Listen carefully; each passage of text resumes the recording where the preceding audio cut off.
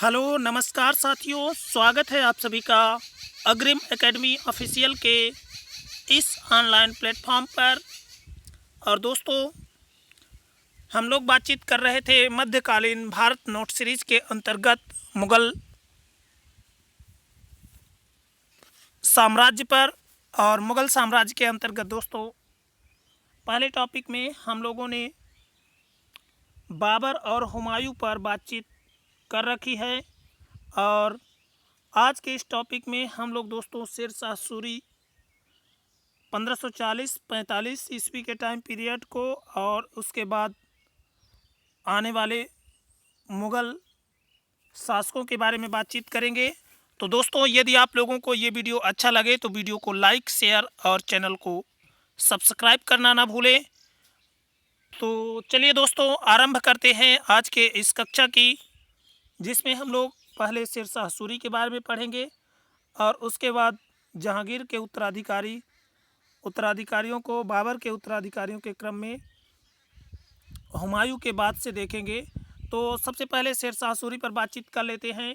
शेर शाह सूरी, इसका time period 1540 से 1545 ईस्वी का था और बिलग्राम के युद्ध में हुमायूं को पराजित कर 1540 ईस्वी में 67 ईयर की आयु में दिल्ली की गद्दी पर बैठा। तो जो क्या था, शेर शाह सूरी था।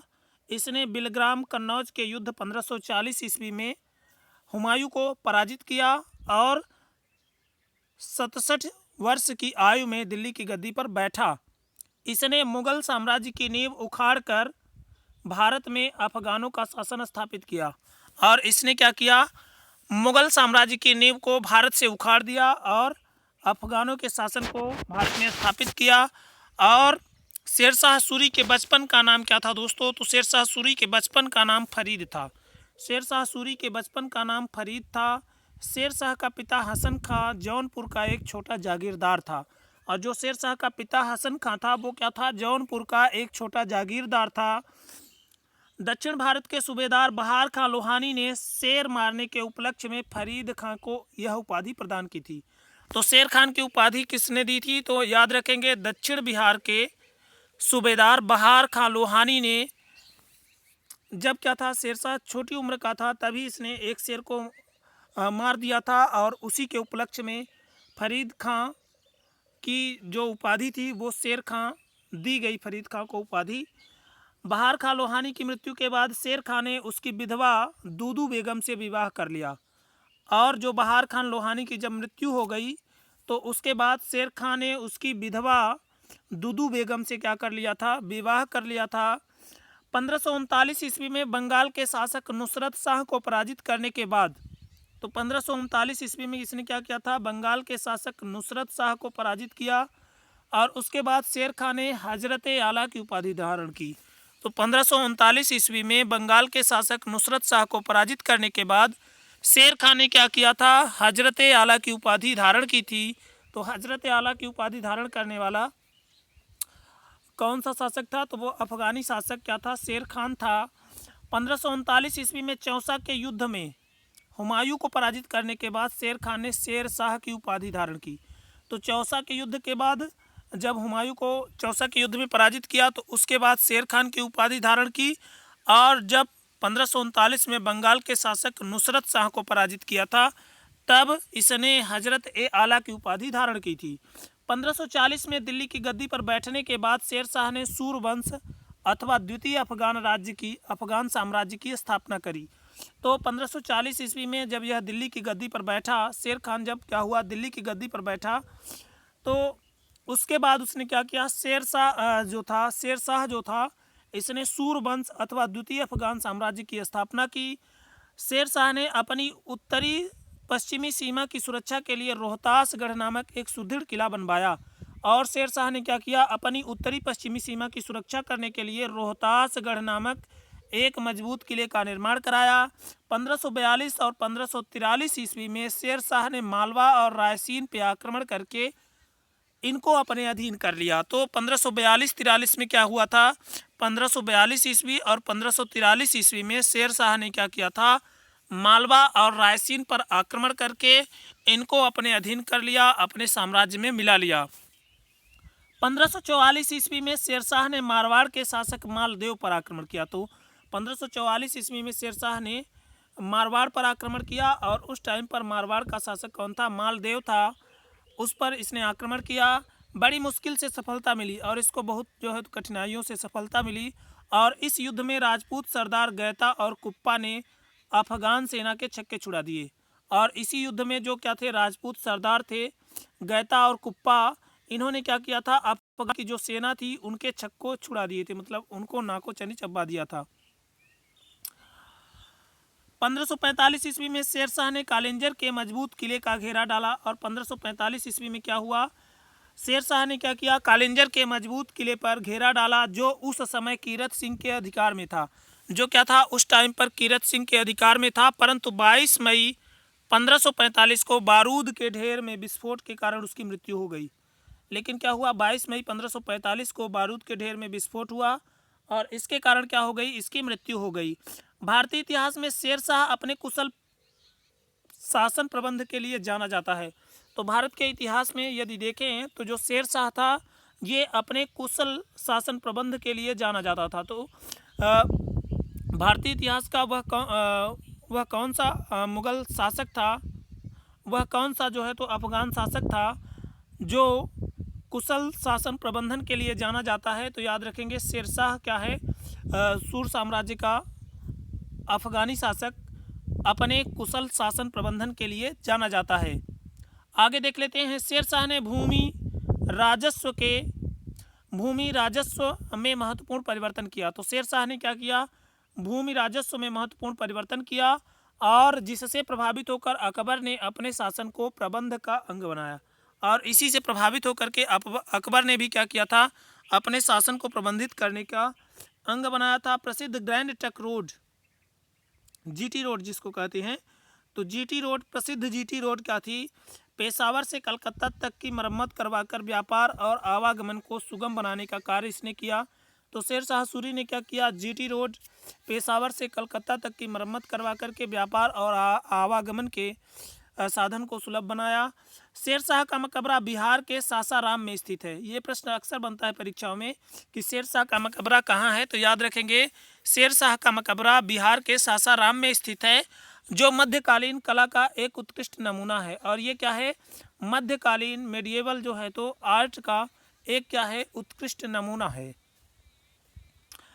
आगे देख लेते हैं। शेरशाह की मृत्यु के बाद भी सूरवंश का शासन 1555 ईस्वी में हुमायूं द्वारा पुनः दिल्ली की गद्दी प्राप्त करने तक कायम रहा। तो शेरशाह की मृत्यु के बाद भी क्या हुआ? सूरवंश का शासन 1555 ईस्वी तक हुमायूं द्वारा पुनः दिल्ली की गद्दी प्राप्त करने तक क्या था? कायम रहा।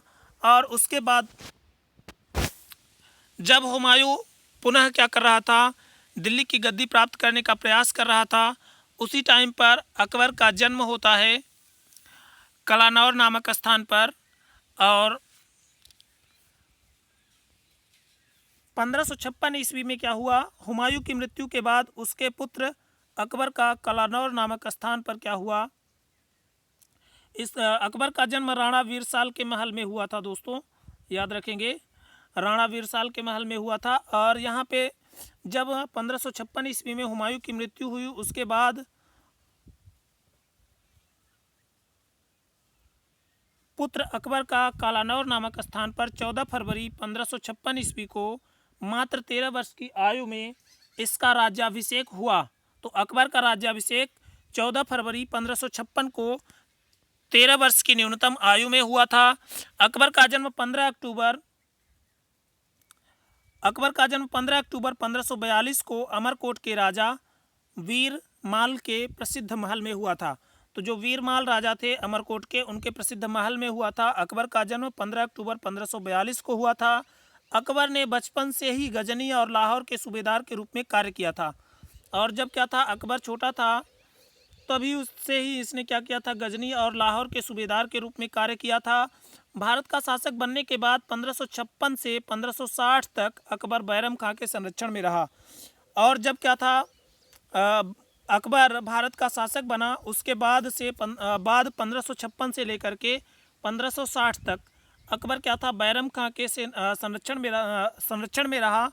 बैरम खां क्या था, इसका सेनापति था, कुशल सेनापति था। अकबर ने बैरम खां को अपना वजीर नियुक्त कर खाने खाना की उपाधि प्रदान की थी। और बाद में अकबर ने क्या किया, बैरम खां को अपना वजीर नियुक्त कर खाने खाना की उपाधि दी। 5 नवंबर 1556 को पानीपत के द्वितीय युद्ध में अकबर की सेना का मुकाबला अफगान शासक मोहम्मद आदिल शाह के योग्य सेनापति हेमू की सेना से हुआ, जिसमें हेमू की हार एवं मृत्यु हो गई। तो याद रखेंगे यहाँ पे 5 नवंबर 1556 को पानीपत के दूसरे युद्ध में, पानीपत के द्वितीय युद्ध में अकबर की सेना का मुकाबला अफगान शासक मोहम्मद आदिल के योग्य सेनापति हेमू की सेना से हुआ और इसमें हेमू की हार हुई और उसकी मृत्यु भी हो गई। तो याद रखेंगे जो हेमू था ये क्या था, अफगान शासक मोहम्मद आदिल का योग्य सेनापति था।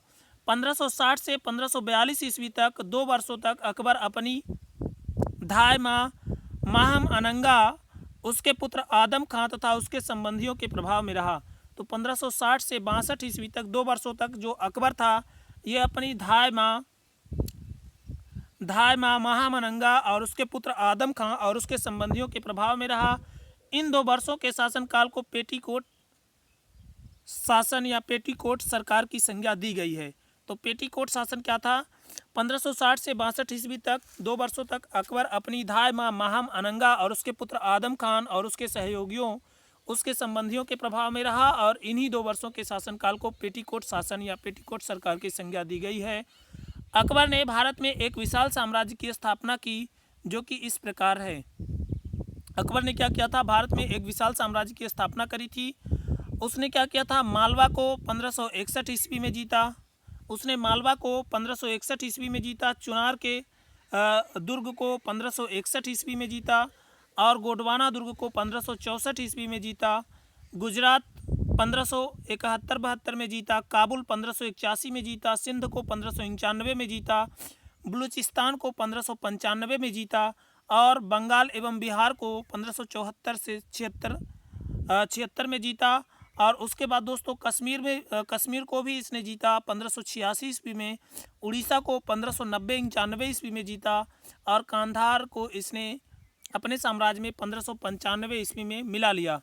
राजपूत राज्यों को भी इसने अपने साम्राज्य का हिस्सा बनाया, जिसमें आमेर 1562 ईस्वी में, मेड़ता 1562 ईस्वी में और हल्दी घाटी युद्ध 1576 ईस्वी का है दोस्तों, याद रखेंगे। हल्दी घाटी का युद्ध 1576 है, यहाँ पे मिस प्रिंट हो गई है, थोड़ा सा इसको करेक्ट कर लेंगे। हल्दी घाटी का युद्ध 1576 में, रणथंभौर 1576 में, कालिंजर 1569 में और ये रणथंभौर 1568 है दोस्तों, 68 1568 है, थोड़ा सा इसको आप लोग करेक्ट कर लीजिएगा। तो रणथंभौर 1568 में, कालिंजर 1569 में और मारवाड़ 1570 ईस्वी में। जैसलमेर, ये सब राजपूत राज्य थे जिनको क्या किया था, अकबर ने अपने साम्राज्य में मिलाया था। तो जैसलमेर 1570 ईस्वी, बीकानेर 1570 ईस्वी में इसने क्या किया था, अपने साम्राज्य का हिस्सा इनको बनाया था।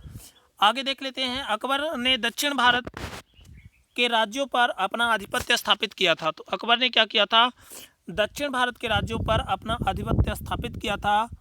खानदेश 1595, दौलताबाद 1599, अहमदनगर 1600 और असीरगढ़ 1601 ईस्वी में मुगल शासन के अधीन किए गए। तो अकबर ने क्या किया था, दक्षिण भारत के राज्यों पर भी अपना क्या किया, आधिपत्य स्थापित किया।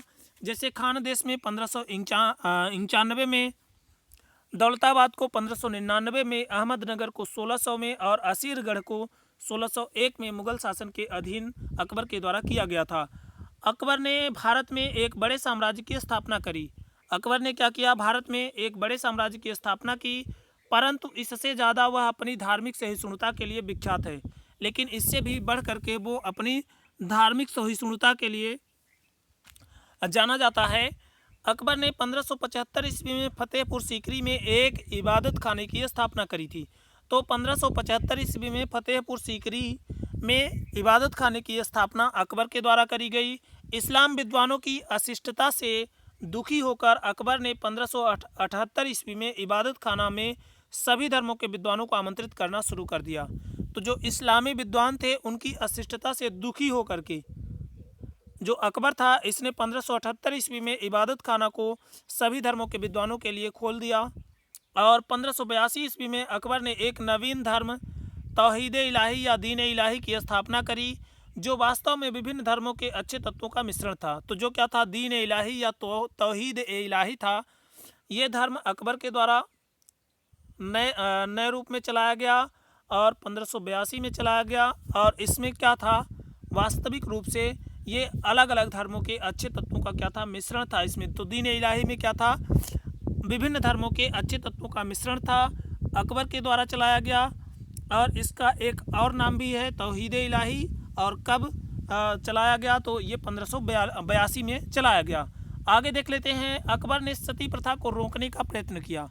अकबर ने क्या किया, सती प्रथा को रोकने का भी प्रयत्न किया, साथ ही विधवा विवाह को कानूनी मान्यता भी दी। तो अकबर ने क्या किया, सती प्रथा जो क्या होता था, जो अगर क्या होता था, किसी की का पति क्या हो जाता था, किसी स्त्री का पति यदि खत्म हो जाता था, है ना, मृत्यु प्राप्त करता था, तो उसके चिता में क्या होता था, उसकी पत्नी को भी साथ साथ जला दिया जाता था। तो इस प्रथा को रोकने का प्रयत्न अकबर के द्वारा किया गया। साथ ही विधवा विवाह को कानूनी मान्यता भी अकबर के द्वारा प्रदान की गई। तो विधवा विवाह को कानूनी मान्यता और सती प्रथा को रोकने का प्रयत्न करने वाला मुगलिया शासक कौन था, तो याद रखेंगे अकबर मुगलिया शासक था, जिसने क्या किया था, सती प्रथा को रोकने का प्रयत्न किया और साथ ही साथ विधवा विवाह को कानूनी मान्यता भी प्रदान की। अकबर ने लड़कों के विवाह की उम्र 16 वर्ष और लड़कियों के लिए 14 वर्ष निर्धारित की। अकबर ने क्या किया था, लड़कों की विवाह की उम्र को 16 वर्ष और लड़कियों के लिए 14 वर्ष की उम्र का निर्धारण किया। अकबर ने 1562 में दास प्रथा का अंत किया और जो गुलाम रखे जाते थे, दास रखे जाते थे, दासों की खरीद बिक्री जो होती थी, तो उसको 1562 ईस्वी में अकबर ने क्या किया था, बंद करा दिया था, उस प्रथा का अंत कर दिया। और 1563 में तीर्थ यात्रा पर से कर को समाप्त कर दिया। और जो तीर्थ यात्रा कर लगाया जाता था, जो तीर्थ यात्रा पर कर लिया जाता था, उसको भी 1563 ईस्वी में अकबर ने क्या कर दिया, समाप्त कर दिया। अकबर ने 1564 ईस्वी में जजिया कर समाप्त कर सामाजिक सद्भावना को सुदृढ़ किया। और अकबर ने अगले ही साल क्या किया, जजिया कर को भी समाप्त कर दिया और जो सामाजिक सद्भावना थी उसको मजबूत किया, उसको दृढ़ता प्रदान की। 1579 में अकबर ने मजहर या अमोघ वृत्त की घोषणा की। 1579 ईस्वी में क्या किया, अकबर ने मजहर या अमोघ वृत्त की घोषणा की। अकबर ने गुजरात विजय की स्मृति में फतेहपुर सीकरी में क्या किया था, बुलंद दरवाजे का निर्माण कराया। तो अकबर ने क्या किया था, गुजरात विजय की स्मृति में फतेहपुर सीकरी में बुलंद दरवाजे का निर्माण कराया। 1575-76 ईस्वी में संपूर्ण साम्राज्य को 12 सूबों में बांटा था। और अकबर ने क्या किया था, 1575-76 ईस्वी में संपूर्ण जो उसका साम्राज्य था उसको 12 सूबों में बांट दिया था, जिनकी संख्या बराड़, खानदेश और अहमदनगर को जीतने के बाद बढ़कर 15 हो गई। तो इनकी संख्या जो थी वो बराड़, खानदेश, अहमदनगर को जीतने के बाद कितनी हो गई, 15 हो गई। आगे देख लेते हैं, अकबर ने संपूर्ण साम्राज्य में एक सरकारी भाषा, अकबर ने क्या किया था, पूरे साम्राज्य में एक सरकारी भाषा फारसी भाषा और एक समान मुद्रा प्रणाली, समान प्रशासनिक व्यवस्था तथा बाट माप प्रणाली की शुरुआत की। तो एक समान मुद्रा प्रणाली, समान प्रशासनिक व्यवस्था तथा बाट माप प्रणाली की शुरुआत करने वाला जो शासक था मुगल एम्पायर का, वो कौन था, तो वो अकबर था। और इसी ने क्या किया था, संपूर्ण साम्राज्य में एक सरकारी भाषा फारसी की भी शुरुआत की थी। आगे देख लेते हैं, अकबर ने 1573-74 ईस्वी में मनसबदारी प्रथा की शुरुआत की। तो अकबर ने क्या किया, 1573-74 ईस्वी में मनसबदारी प्रथा की शुरुआत की, जिसकी खलीफा अब्बास सईद द्वारा शुरुआत की गई। जिसकी शुरुआत किसके द्वारा की गई थी, अब्बास सईद खलीफा के द्वारा शुरुआत की गई थी तथा चंगेज खां और तैमूर लंग द्वारा स्वीकृत सैनिक व्यवस्था से इसकी जानकारी मिलती है। अगला शासक है दोस्तों जहांगीर, जो कि अकबर का पुत्र था। 1605 ईस्वी में से 1627 ईस्वी इसका टाइम पीरियड था। तो जहांगीर 1605 ईस्वी से 1627 ईस्वी, इसका जन्म 17 अक्टूबर क्या हुआ, 17 अक्टूबर 1605 को अकबर की मृत्यु के बाद उसका पुत्र सलीम जहांगीर के नाम से क्या बैठा, मुगल साम्राज्य की गद्दी पर बैठता है तो 17 अक्टूबर 1605 को अकबर की मृत्यु के बाद उसका जो पुत्र सलीम था वो जहांगीर के नाम से गद्दी पर बैठा। गद्दी पर बैठते ही सर्वप्रथम 1605 ईस्वी में जहांगीर को अपने पुत्र खुसरो के विद्रोह का सामना करना पड़ा। तो जैसे ही क्या होता है, जहांगीर गद्दी पर बैठता है तो गद्दी पर बैठते ही सबसे पहले 1605 ईस्वी में जहांगीर को अपने पुत्र खुसरो के विद्रोह का सामना करना पड़ा। जहांगीर और खुसरो के बीच भेरावल नामक स्थान पर एक युद्ध हुआ। तो जहांगीर और खुसरो के बीच किस स्थान पर युद्ध हुआ, तो याद रखेंगे जहांगीर और खुसरो के बीच भेरावल नामक स्थान पर युद्ध हुआ, जिसमें खुसरो पराजित हुआ। और इस युद्ध में जो खुसरो था, जहांगीर का जो बेटा था, वो क्या हुआ, पराजित हुआ। खुसरो को सिखों के 5वें गुरु अर्जुन देव का आशीर्वाद प्राप्त था। और जो खुसरो था, इसको सिखों के 5वें गुरु अर्जुन देव का आशीर्वाद प्राप्त था। जहांगीर ने अर्जुन देव पर राजद्रोह का आरोप लगाते हुए उनको फांसी की सजा दी। तो जहांगीर पर ने क्या किया था, अर्जुन देव पर राजद्रोह, अपने राज्य के प्रति विद्रोह करने का आरोप लगाते हुए फांसी की सजा दे दी उसको। 1585 में जहांगीर का विवाह आमेर के राजा भगवान दास की पुत्री तथा मान सिंह की बहन मानबाई से हुआ। तो होता क्या है, 1585 ईस्वी में जो जहांगीर का विवाह था वो किसके साथ हुआ, तो आमेर के राजा भगवान दास। उस टाइम पर आमेर के राजा कौन थे, तो राजा भगवान दास थे। उनकी पुत्री तथा मान सिंह की बहन तथा जो मान सिंह था उसकी बहन मानबाई से जहांगीर का विवाह हो जाता है 1585 ईस्वी में। और खुसरो मानबाई का ही पुत्र था। और जो खुसरो था वो मानबाई का ही क्या था, पुत्र था। जहांगीर का दूसरा विवाह राजा उदय सिंह की पुत्री जगत गोसाई से हुआ था, जिनकी संतान शाहजादा खुर्रम शाहजहां था। तो याद रखेंगे, जहांगीर का जो पहला विवाह था वो आमेर के राजा भगवान दास की पुत्री मान सिंह की बहन मानबाई से हुआ। और मानबाई से खुसरो का जन्म हुआ था। मानबाई खुसरो का ही पुत्र था। मानबाई से क्या हुआ, खुसरो उत्पन्न हुआ था, मतलब मानबाई का पुत्र खुसरो था।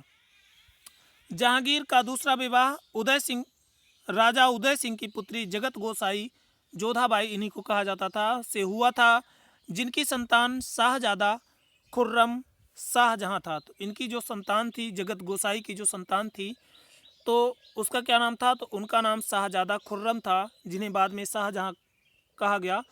मई 1611 में जहांगीर ने मेहरुनिसा नामक एक विधवा से विवाह किया। और फिर क्या हुआ, मई 1611 में जहांगीर ने क्या किया था, मेहरुनिसा नामक एक विधवा से विवाह किया, जो फारस के मिर्जा ग्यास बेग की पुत्री थी। जो क्या था, फारस के राजा मिर्जा ग्यास बेग की पुत्री थी। जहांगीर ने मेहरुनिसा को नूर महल एवं नूर जहां की उपाधि दी। और क्या हुआ, जहांगीर ने जो ये मेहरुनिसा थी, मिर्जा ग्यास बेग की जो पुत्री थी, फारस के राजा थे, तो उनकी जो पुत्री थी उनको मेहरुनिसा, इनको नूर महल एवं नूर जहां की उपाधि दी। नूर जहां के पिता ग्यास बेग को वजीर का पद प्रदान कर एतमादुद्दौला की उपाधि दी गई। और जो क्या था, नूर जहां के पिता ग्यास बेग थे, उनको वजीर का पद प्रदान कर एतमादुद्दौला की उपाधि दी गई। जबकि उसके भाई आसफ खां को खाने सामा का पद मिला।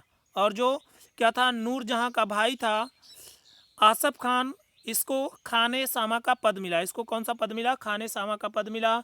1605 से 1615 के मध्य कई लड़ाइयों के बाद जहांगीर ने मेवाड़ के राजा अमर सिंह के साथ संधि कर ली।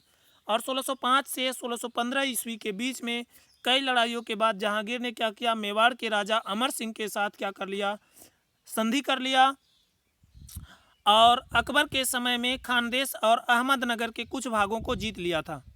और अकबर के समय में क्या हुआ था, खानदेश और अहमदनगर के कुछ भागों को जीत लिया था, परंतु अहमदनगर का राज्य समाप्त नहीं हुआ। लेकिन जो अहमदनगर का राज्य था वो समाप्त नहीं हुआ था। मुगलों और अहमदनगर के बीच कई युद्ध हुए और अंततः 1621 में दोनों के बीच संधि हो गई। तो मुगलों और अहमदनगर के बीच भी कई युद्ध हुए और अंत में 1621 ईस्वी में दोनों के बीच में क्या हो गई, संधि हो गई। दोनों के बीच में क्या हो गया, ट्रीटी हो गई। और 1621 में जहांगीर ने अपना दक्षिण अभियान समाप्त कर दिया। और 1621 में ही जो जहांगीर था, इसने क्या किया, अपना जो दक्षिण का इसका अभियान था उसको समाप्त कर दिया। क्योंकि उसके बाद 1623 ईस्वी में शाहजहां ने विद्रोह कर दिया। और 1626 ईस्वी में महावत खां के विद्रोह के कारण वो उलझ सा गया था।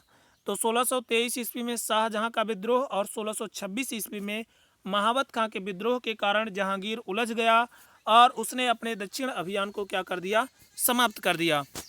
जहांगीर के दक्षिण विजय में सबसे बड़ी बाधा अहमदनगर के योग्य वजीर मलिक अंबर की उपस्थिति थी। तो जहांगीर का जो दक्षिण विजय का सबसे यदि बड़ी बाधा देखें तो वो क्या थी, वो अहमदनगर के योग्य वजीर मलिक अंबर की उपस्थिति थी। उसने मुगलों के विरोध में गुरिल्ला युद्ध नीति अपनाई और बड़ी संख्या में सेना में मराठों की भर्ती की। तो मराठा सैनिकों की भर्ती अपने सेना में बड़ी संख्या में करी थी। किसने? वजीर मलिक अंबर ने। और इसने क्या किया था, मुगलों के विरुद्ध गुरिल्ला युद्ध पद्धति अपनाई थी। जहांगीर ने 1611 में खरदा, 1615 में खोखर और 1620 में कश्मीर के दक्षिण में किश्तवाड़ तथा 1620 में ही कांगड़ा को जीता था। तो जहांगीर ने 1611 में खरदा, 1615 में खोखर और 1620 में कश्मीर के दक्षिण में किश्तवाड़ तथा 1620 में ही कांगड़ा को जीता था। आगे देख लेते हैं दोस्तों, जहांगीर के शासन की सबसे उल्लेखनीय सफलता 1620 ईस्वी में उत्तरी पूर्वी पंजाब की पहाड़ियों पर स्थित कांगड़ा के दुर्ग पर अधिकार करना था। तो जो क्या था, जहांगीर के शासन की सबसे यदि उल्लेखनीय सफलता देखें तो वो क्या थी, 1620 में उत्तर पूर्वी पंजाब की पहाड़ियों पर स्थित कांगड़ा के दुर्ग पर अधिकार करना था। तो कांगड़ा के दुर्ग पर अधिकार करना क्या था, जहांगीर के शासन की सबसे उल्लेखनीय सफलता थी, जो कि उसने क्या किया था, 1620 ईस्वी में प्राप्त करी थी। 1626 में महाबत खान का विद्रोह जहांगीर के शासनकाल की एक महत्वपूर्ण घटना थी। तो जो 1626 ईस्वी का महाबत खान का विद्रोह था, ये भी क्या था, जहांगीर के शासनकाल की एक महत्वपूर्ण घटना थी। महाबत खान ने जहांगीर को बंदी बना लिया था और जो महाबत खान था, इसने क्या किया था, जहांगीर को बंदी बना लिया था। नूरजहां की बुद्धिमानी के कारण महाबत खान की योजना असफल सिद्ध हुई। और जो नूरजहां की बुद्धिमानी के कारण ये जो महाबत खान था, इसकी योजना असफल सिद्ध हुई। नूरजहां से संबंधित सबसे महत्वपूर्ण घटना उसके द्वारा बनाया गया जुंटा गुट था। तो जो जुंटा गुट था, ये नूरजहां के द्वारा बनाया गया था। गुट में उसके पिता इत्मादुद्दौला, माता अस्मत बेगम और भाई आसफ खान और शाहजादा खुर्रम सम्मिलित थे। तो नूरजहां ने जो जुंटा नामक गुट बनाया था, उस गुट में जो है तो नूरजहां के पिता इत्मादुद्दौला, माता अस्मत बेगम, भाई आसफ खान और शाहजादा खुर्रम शामिल थे। जहांगीर ने तुझुके जहांगीरी नाम से अपनी आत्मकथा की रचना की। और जहांगीर ने भी क्या किया है, तुझुके जहांगीरी नाम से अपनी आत्मकथा की रचना करी है। नूरजहां जहांगीर के साथ झरोखा दर्शन देती थी। तो नूरजहां क्या थी, जहांगीर के साथ झरोखा दर्शन देती थी। सिक्कों पर बादशाह के साथ उसका नाम भी अंकित होता था और नूरजहां का नाम भी सिक्कों पर बादशाह के नाम के साथ ही अंकित होता था। जहांगीर के चरित्र की सबसे मुख्य विशेषता उसकी अपरिमित महत्वाकांक्षा थी। और जो जहांगीर के चरित्र की सबसे मुख्य विशेषता थी, वो क्या थी, उसकी अपरिमित महत्वाकांक्षा थी। जहांगीर ने तंबाकू के सेवन पर प्रतिबंध लगाया था। तो वह मुगल शासक जिसने तंबाकू के सेवन पर प्रतिबंध लगाया था, जहांगीर था। जहांगीर के शासनकाल में इंग्लैंड के सम्राट जेम्स प्रथम ने कप्तान हॉकिंस, जेम्स प्रथम ने क्या किया था, कैप्टन हॉकिंस 1608 और थॉमस मुनरो 1615 को भारत भेजा था। तो जहांगीर के शासनकाल में ही जो इंग्लैंड का सम्राट जेम्स प्रथम था, इसने कैप्टन हॉकिंस 1608 और थॉमस 1615 को भारत में भेजा था, जिससे अंग्रेज भारत में कुछ व्यापारिक सुविधाएं प्राप्त करने में सफल हुए।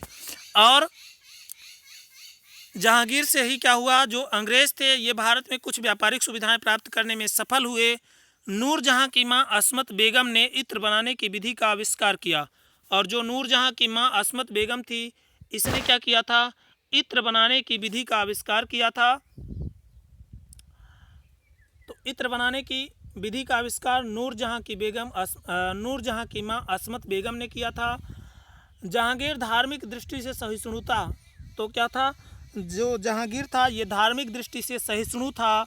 वह अकबर की तरह ब्राह्मणों और मंदिरों को दान देता था। तो जिस तरह से अकबर क्या करता था, ब्राह्मणों और मंदिरों को दान देता था, उसी तरह से जहांगीर भी क्या करता था, ब्राह्मणों और मंदिरों को दान देता था। उसने 1612 ईस्वी में पहली बार रक्षाबंधन का त्यौहार मनाया था। और जहांगीर ने पहली बार क्या किया था, 1612 ईस्वी में रक्षाबंधन का त्यौहार मनाया, किंतु कुछ अवसरों पर जहांगीर ने इस्लाम का पक्ष लिया। लेकिन कुछ अवसरों पर जो जहांगीर था इसने किनका पक्ष लिया, तो इस्लाम का पक्ष लिया।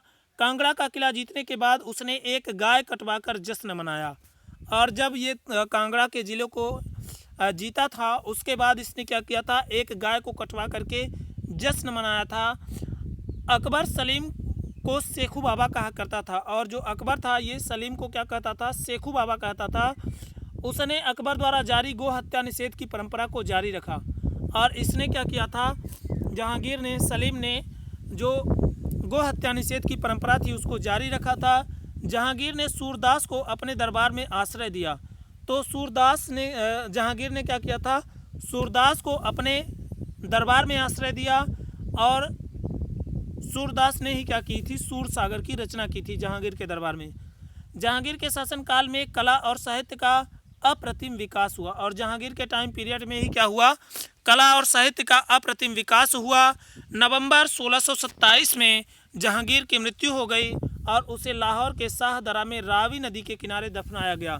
तो याद रखेंगे, नवंबर 1627 में जहांगीर की मृत्यु होती है, और उसे लाहौर के शाहदरा में रावी नदी के किनारे दफनाया गया। अगला शासक शाहजहां होता है, जिसका कि टाइम पीरियड 1627 से 1658 ईस्वी था। शाहजहां खुर्रम का जन्म 1592 में शाहजहां खुर्रम का जन्म 1592 में जहांगीर की पत्नी जगत गोसाई जोधाबाई से हुआ था। और जहांगीर की मृत्यु के समय जहांगीर की मृत्यु के समय शाहजहां दक्कन में था। जहांगीर की मृत्यु के बाद नूरजहां ने लाहौर में अपने दामाद शहरयार को सम्राट घोषित कर दिया। तो जैसे ही क्या हुआ, जहांगीर की मृत्यु होती है तो नूरजहां ने क्या किया था, लाहौर में अपने दामाद शहरयार को सम्राट घोषित कर दिया। जबकि आसफ खान ने शाहजहां के दक्कन से आगरा वापस आने तक अंतरिम व्यवस्था के रूप में खुसरो के पुत्र द्वार बख्श को राजगद्दी पर आसीन किया। तो एक और तो नूरजहां ने क्या किया था, लाहौर में अपने दामाद शहरयार को सम्राट घोषित कर दिया। जबकि दूसरी ओर जो आसफ खान था, नूरजहां का जो भाई आसफ खान था, उसने क्या किया था, शाहजहां के दक्कन से आगरा वापस आने तक अंतरिम व्यवस्था के रूप में खुसरो के पुत्र द्वार बख्श को राजगद्दी पर बैठा दिया था। शाहजहां ने अपने सभी भाइयों एवं सिंहासन के सभी प्रतिद्वंदियों तथा अंत में द्वार बख्श की हत्या कर 24 फरवरी 1628 में आगरा के सिंहासन पर आसीन हुआ। और शाहजहां का विवाह 1612 ईस्वी में आसफ खां की पुत्री और नूरजहां की भतीजी अर्जुमंद बानू बेगम से हुआ था, जो बाद में इतिहास में मुमताज़ महल के नाम से विख्यात हुई। तो शाहजहां का विवाह क्या हुआ, कब हुआ, तो 1612 ईस्वी में हुआ। किसके साथ हुआ, तो याद रखेंगे, आसफ खां की पुत्री और नूरजहां की भतीजी अर्जुमंद बानू बेगम से हुआ था। तो आसफ खान की पुत्री नूरजहां की भतीजी अर्जुमंद बानू बेगम से शाहजहां का विवाह 1622 ईस्वी में होता है, और बाद में इतिहास में इसी जो है तो अर्जुमंद बानू बेगम को मुमताज़ महल के नाम से जाना गया। और शाहजहां को मुमताज़ महल से 14 संतानें हुई, लेकिन उनमें से 4 पुत्र और 3 पुत्रियां ही जीवित रहे। तो जो शाहजहां था इसको मुमताज़ महल से 14 संतानें हुई, लेकिन उनमें से 4 पुत्र और 3 पुत्रियां ही जीवित बच सके। 4 पुत्रों में दारा शिकोह, औरंगजेब, मुराद बख्श, शुजा थे। तो 4 पुत्रों में, शाहजहां के 4 पुत्रों में यदि देखें तो दारा शिकोह, औरंगजेब, मुराद बख्श और शुजा थे। जबकि रोशन आरा, गौहन आरा और जहां आरा इसकी क्या थी, 3 पुत्रियां थी। शाहजहां के प्रारंभिक 3 वर्ष बुंदेला नायक जुझार सिंह और खाने जहां लोदी नामक अफगान सरदार के विद्रोह को दबाने में निकले। तो शाहजहां के जो प्रारंभिक 3 वर्ष थे ये बुंदेला नायक जुझार सिंह, खाने जहां लोदी नामक अफगान सरदार के विद्रोह को दबाने में निकल गया। शाहजहां के शासनकाल में सिखों के 6वें गुरु हरगोबिंद से मुगलों का संघर्ष हुआ। तो शाहजहां के टाइम पर ही क्या हुआ, सिखों के 6ठे गुरु हरगोबिंद सिंह से मुगलों का संघर्ष हुआ, और जिसमें क्या हुआ, सिखों की हार हुई। और इसमें क्या हुआ, सिखों की हार हुई। शाहजहां ने दक्षिण भारत में सर्वप्रथम अहमदनगर पर आक्रमण करके 1633 ईस्वी में मुगल सम्राट में मिला लिया। मुगल साम्राज्य में क्या किया, मिला लिया। फरवरी 1636 में गोलकुंडा के सुल्तान अब्दुल्ला शाह ने शाहजहां का आधिपत्य स्वीकार कर लिया। तो फरवरी 1636 में गोलकुंडा का जो सुल्तान अब्दुल्ला शाह था उसने क्या किया था, शाहजहां का आधिपत्य, शाहजहां की अधीनता को स्वीकार कर ली। मोहम्मद सैयद मीर जुमला गोलकुंडा के वजीर ने शाहजहां को कोहिनूर हीरा भेंट किया था। शाहजहां ने 1636 में बीजापुर पर आक्रमण करके उसके शासक मोहम्मद आदिल शाह प्रथम को संधि करने के लिए विवश किया। तो शाहजहां ने क्या किया, 1636 में बीजापुर पर आक्रमण किया और उसके शासक मोहम्मद आदिल शाह प्रथम को संधि करने के लिए मजबूर किया। मध्य एशिया पर विजय प्राप्त करने के लिए शाहजहां ने 1645 ईस्वी में शाहजादा मुराद एवं 1647 ईस्वी में औरंगजेब को भेजा, पर उसको सफलता प्राप्त नहीं हो सकी। लेकिन उसको जो सफलता थी वो प्राप्त नहीं हो सकी। व्यापार, कला, साहित्य और स्थापत्य के क्षेत्र में, व्यापार, कला, साहित्य और स्थापत्य के क्षेत्र में चरमोत्कर्ष के कारण ही इतिहासकारों ने शाहजहां के शासन काल को स्वर्ण काल की संज्ञा दी है। तो शाहजहां के शासन काल को स्वर्ण काल की संज्ञा क्यों दी जाती है, तो याद रखेंगे उस टाइम पर व्यापार, कला, साहित्य और स्थापत्य कला क्या थी, चरमोत्कर्ष पर थी। इसी कारण से इतिहासकारों ने क्या कहा है कि ये जो शाहजहां का टाइम पीरियड था ये स्वर्ण काल था उस टाइम का। शाहजहां ने दिल्ली में लाल किला और जामा मस्जिद का निर्माण कराया। शाहजहां ने क्या किया था, दिल्ली में लाल किला और जामा मस्जिद का निर्माण कराया और आगरा में अपनी पत्नी मुमताज महल की याद में ताजमहल बनवाया, जो कला और स्थापत्य का उत्कृष्ट नमूना प्रस्तुत करता है। तो शाहजहां ने क्या किया था, दिल्ली में लाल किला, रेड फोर्ट और जामा मस्जिद का निर्माण कराया तथा आगरा में अपनी पत्नी मुमताज महल की याद में ताजमहल बनवाया, जो कि कला और स्थापत्य का उत्कृष्ट नमूना प्रस्तुत करता है। तो याद रखेंगे लाल किला दिल्ली का शाहजहां ने और जामा मस्जिद दिल्ली की शाहजहां ने बनवाई और आगरा में जो ताजमहल है इसको भी शाहजहां ने बनवाया। शाहजहां के शासनकाल का वर्णन फ्रेंच यात्री बर्नियर, टेवर्नियर और इटालियन यात्री मनुची ने किया है। तो शाहजहां के शासनकाल का वर्णन फ्रेंच यात्री बर्नियर, टेवर्नियर और इटालियन यात्री मनुची ने किया है। शाहजहां ने अपने शासन के प्रारंभिक वर्षों में इस्लाम का पक्ष लिया। शाहजहां ने क्या किया, अपने शासन के प्रारंभिक वर्षों में इस्लाम का पक्ष लिया, परंतु कालांतर में दारा और जहां आरा के प्रभाव के कारण वह सहिष्णु बन गया था। लेकिन बाद में दारा और जो जहां आरा था, दारा शिकोह और जहां आरा जो उसकी पुत्री थी, उसके प्रभाव के कारण वो क्या हुआ, सहिष्णु बन गया था। शाहजहां ने अहमदाबाद के चिंतामणि मंदिर की मरम्मत किए जाने की आज्ञा दी। तो शाहजहां ने क्या कहा था, अहमदाबाद के चिंतामणि मंदिर की मरम्मत किए जाने की आज्ञा दी। खंभात के नागरिकों के अनुरोध पर वह गौ हत्या बंद करवा। तो खंभात के नागरिकों के अनुरोध पर गौ हत्या को भी शाहजहां के द्वारा बंद करवाया गया। पंडित जगन्नाथ शाहजहां के राजकवि थे। तो पंडित जगन्नाथ किस मुगल शासक के जो है तो राजकवि थे। तो याद रखेंगे पंडित जगन्नाथ शाहजहां के राजकवि थे, जिन्होंने गंगा लहरी और रस गंगाधर की रचना की। तो पंडित जगन्नाथ की रचनाएं कौन सी हैं, तो गंगा लहरी और रस गंगाधर की रचना की। और ये क्या थे, शाहजहां के राजकवि थे। शाहजहां के पुत्र दारा ने भगवत गीता और योग वासिष्ठ का फारसी में अनुवाद करवाया था। तो जो शाहजहां का पुत्र दारा था, इसने क्या किया था, भगवत गीता और योग वासिष्ठ का फारसी में अनुवाद करवाया था। शाहजहां ने दारा को शाह बुलंद इकबाल की उपाधि से विभूषित किया था। और शाहजहां ने दारा को कौन सी उपाधि दी थी, तो शाह बुलंद इकबाल की उपाधि से नवाजा था। आगे दोस्तों, दारा का सबसे महत्वपूर्ण कार्य वेदों का संकलन है। तो दारा का ये अधिकार महत्वपूर्ण कार्यों को देखें तो वो क्या है, वेदों का संकलन है। उसने वेदों को ईश्वरीय कृति माना और दारा ने क्या किया, वेदों को ईश्वरीय कृति, ईश्वर की रचना माना, ईश्वर के द्वारा बनाया हुआ माना। दारा सूफियों की कादरी परंपरा से बहुत प्रभावित था। और जो दारा था ये क्या था, सूफियों की कादरी परंपरा से बहुत ज़्यादा प्रभावित था।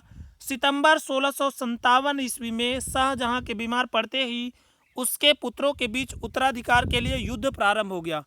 और क्या हुआ, सितंबर 1657 में क्या हुआ, शाहजहां बीमार पड़ा। और जब वह बीमार पड़ा, जैसे ही वो बीमार पड़ता है तो उसके जो चारों पुत्र थे तो उनमें क्या होता है, उत्तराधिकार के लिए युद्ध प्रारंभ हो जाता है और शाहजहां के अंतिम 8 वर्ष आगरा के किले के शाह बुर्ज में एक बंदी की तरह व्यतीत हुए। तो शाहजहां के जो अंतिम वर्ष थे वो आगरा के किले के शाह बुर्ज में एक बंदी की तरह व्यतीत हुए थे। शाहजहां दारा को बादशाह बनाना चाहता था, किंतु अप्रैल 1658 ईस्वी को धर्मत के युद्ध में औरंगजेब ने दारा को पराजित किया। तो धर्मत के युद्ध में क्या किया, औरंगजेब ने दारा को हरा दिया और बनारस के पास बहादुरपुर के युद्ध में शाह शुजा शाही सेना से पराजित हुआ। तो क्या हुआ, अप्रैल 1558 में धर्मत के युद्ध में औरंगजेब ने दारा को पराजित किया और बनारस के पास बहादुरपुर के युद्ध में शाह शुजा शाही सेना से पराजित हुआ। और जून क्या हुआ, 1658 में सामोगढ़ के युद्ध में औरंगजेब और मुराद की सेनाओं का मुकाबला शाही सेना से हुआ, जिसका नेतृत्व दारा कर रहा था। इस युद्ध में दारा पुनः पराजित होता है। तो जून 1658 में सामोगढ़ के युद्ध में औरंगजेब और मुराद की सेनाओं का मुकाबला शाही सेना से होता है और इस शाही सेना का नेतृत्व दारा कर रहा था और इस युद्ध में दारा फिर से क्या हो जाता है, पराजित हो जाता है।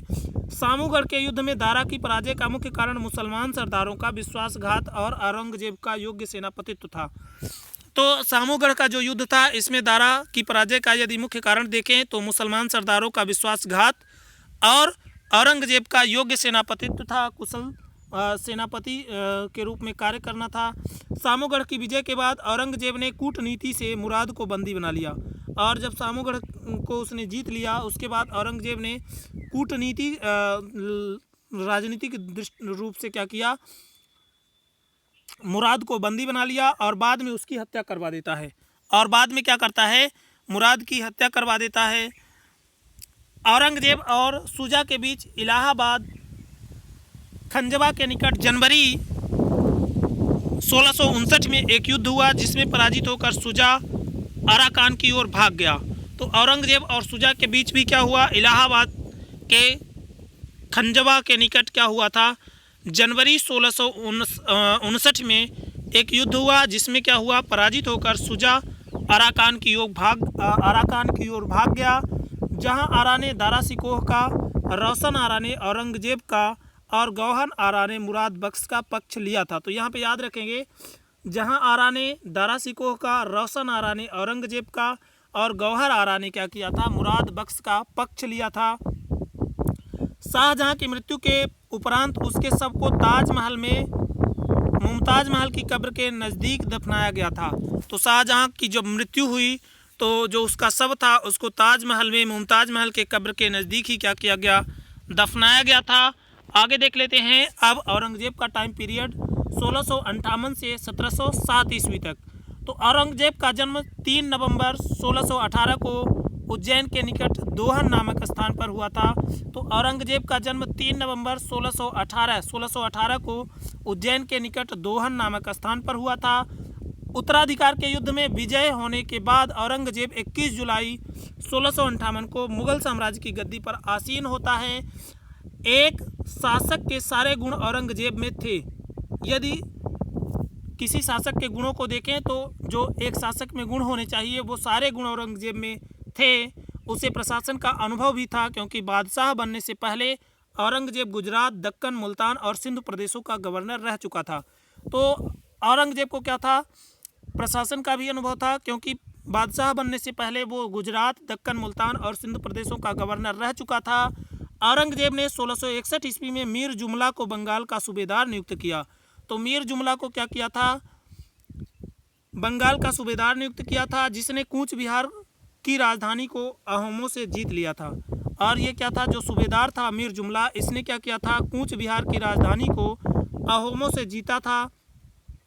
1662 ईस्वी में मीर जुमला ने अहोमों की राजधानी गढ़गांव पहुंचा। तो 1662 ईस्वी में मीर जुमला ने अहोमों की राजधानी गढ़गांव तक पहुंचा, जहां बाद में अहोमों ने मुगलों से क्या किया, जहां बाद में अहोमों ने मुगलों से संधि कर ली और वार्षिक कर देना स्वीकार कर लिया और वार्षिक रूप से कर देना स्वीकार किया। 1633 में मीर जुमला की मृत्यु के बाद औरंगजेब ने शाइस्ता खां को बंगाल का गवर्नर नियुक्त किया। और 1633 ईस्वी में जो मीर जुमला था, इसकी मृत्यु के बाद औरंगजेब ने क्या किया था, शाइस्ता खां को बंगाल का गवर्नर नियुक्त किया। शाइस्ता खां को क्या किया, बंगाल का गवर्नर नियुक्त किया। शाइस्ता खां ने 1666 ईस्वी में पुर्तगालियों को दंड दिया।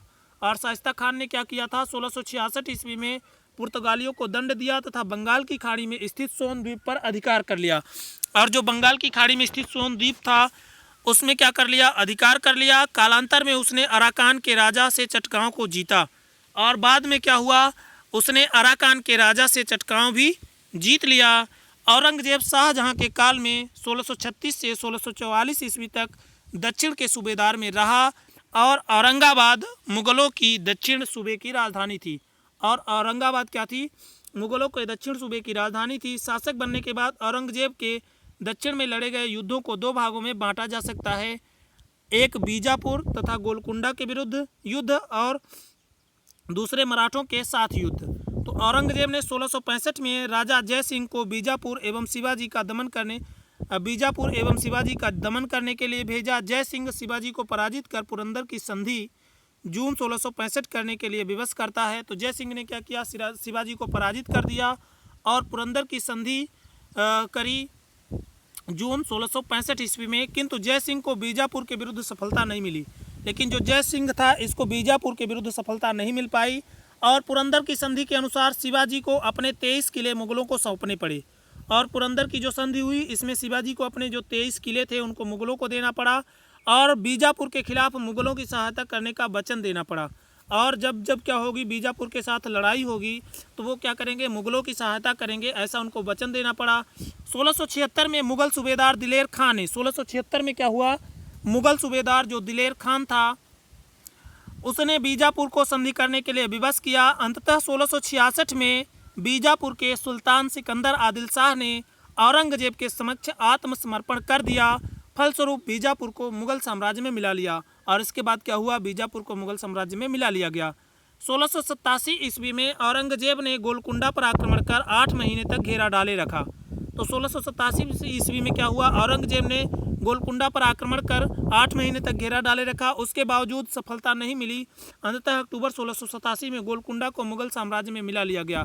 और एटलीस्ट अंत में क्या हुआ, गोलकुंडा को मुगल साम्राज्य में 1687 में मिलाया गया। जय सिंह के बुलाने पर शिवाजी और औरंगजेब के दरबार में आया। तो जय सिंह के बुलाने पर शिवाजी औरंगजेब के दरबार में आया जहां उसको कैद कर लिया गया, किंतु वह गुप्त रूप से फरार हो गए। लेकिन वो क्या हुए, गुप्त रूप से फरार हो गए। शिवाजी की मृत्यु के बाद उनके पुत्र संभाजी ने मुगलों से संघर्ष जारी रखा, किंतु 1689 में संभाजी को भी पकड़कर उनकी हत्या कर दी गई। संभाजी की मृत्यु के बाद सौतेले भाई राजा राम ने भी मुगलों से संघर्ष जारी रखा, जिसे मराठा इतिहास में स्वतंत्रता संग्राम के नाम से जाना जाता है।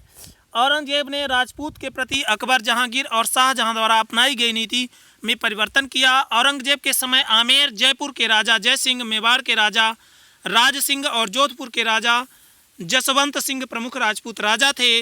मारवाड़ और मुगलों के बीच हुए इस 30 वर्षीय युद्ध 1679-1709 में जो नायक दुर्गादास था, जिसे कर्नल टॉड ने यूलिसिस कहा है, औरंगजेब ने सिखों के 90 गुरु तेग बहादुर की हत्या कर दी। तो 90 गुरु तेग बहादुर की हत्या औरंगजेब ने कराई। औरंगजेब के समय कुछ प्रमुख विद्रोहों में अफगान विद्रोह 1627, 1672, जाट विद्रोह 1669, 1681, सतनामी विद्रोह 1672, बुंदेला विद्रोह 1661, 1707, अकबर द्वितीय का विद्रोह 1681, अंग्रेजों का विद्रोह 1686, राजपूत विद्रोह 1679, 1709 और सिख विद्रोह 1675, 1707 ईस्वी शामिल थे। यहाँ पे 1707 है दोस्तों, 1707 ईस्वी शामिल थे। औरंगजेब एक कट्टर सुन्नी मुसलमान था। औरंगजेब क्या था, एक कट्टर सुन्नी मुसलमान था। इसका प्रमुख लक्ष्य भारत में दार उल हर्ष के स्थान पर दारुल इस्लाम की स्थापना करना था। औरंगजेब ने 1663 ईस्वी में सती प्रथा पर प्रतिबंध लगाया और 1663 ईस्वी में औरंगजेब ने भी क्या किया, सती प्रथा पर प्रतिबंध लगाया। हिंदुओं पर तीर्थ यात्रा कर लगाया और हिंदुओं पर पुनः तीर्थ यात्रा कर लगाया। औरंगजेब ने 1668 ईस्वी में हिंदू त्योहारों और उत्सवों को मनाए जाने पर रोक लगा दी। तो औरंगजेब ने क्या किया था, 1668 ईस्वी में हिंदू त्योहारों और उत्सवों को मनाए जाने पर रोक लगा दी। औरंगजेब के आदेश द्वारा 1669 ईस्वी में काशी विश्वनाथ मंदिर, मथुरा का केशवराव मंदिर तथा गुजरात का सोमनाथ मंदिर तोड़ा गया। तो औरंगजेब ने क्या किया था, काशी विश्वनाथ के मंदिर, मथुरा का केशवराय मंदिर और गुजरात का सोमनाथ मंदिर तुड़वाया। औरंगजेब ने 1679 ईस्वी में हिंदुओं पर जजिया कर आरोपित किया। दूसरी ओर उसके शासनकाल में हिंदू अधिकारियों की संख्या संपूर्ण इतिहास में सर्वाधिक रही, 1/3 रही। औरंगजेब की मृत्यु 3 मार्च 1707 को हो गई। और औरंगजेब की मृत्यु क्या हुई, 3 मार्च 1707 ईस्वी को हो गई। तो इस तरह से मुगल साम्राज्य के सभी शासकों को हम लोगों ने देखा। अब हम लोग आगे देखेंगे मुगल प्रशासन को, और इस मुगल प्रशासन को दोस्तों हम लोग देखेंगे नेक्स्ट सेशन में। तो दोस्तों आज के लिए यहीं तक रखते हैं। दोस्तों यदि आप लोगों को ये वीडियो अच्छा लगे तो वीडियो को लाइक, शेयर और चैनल को सब्सक्राइब करना ना भूलें। तो धन्यवाद दोस्तों। जय हिंद, जय भारत।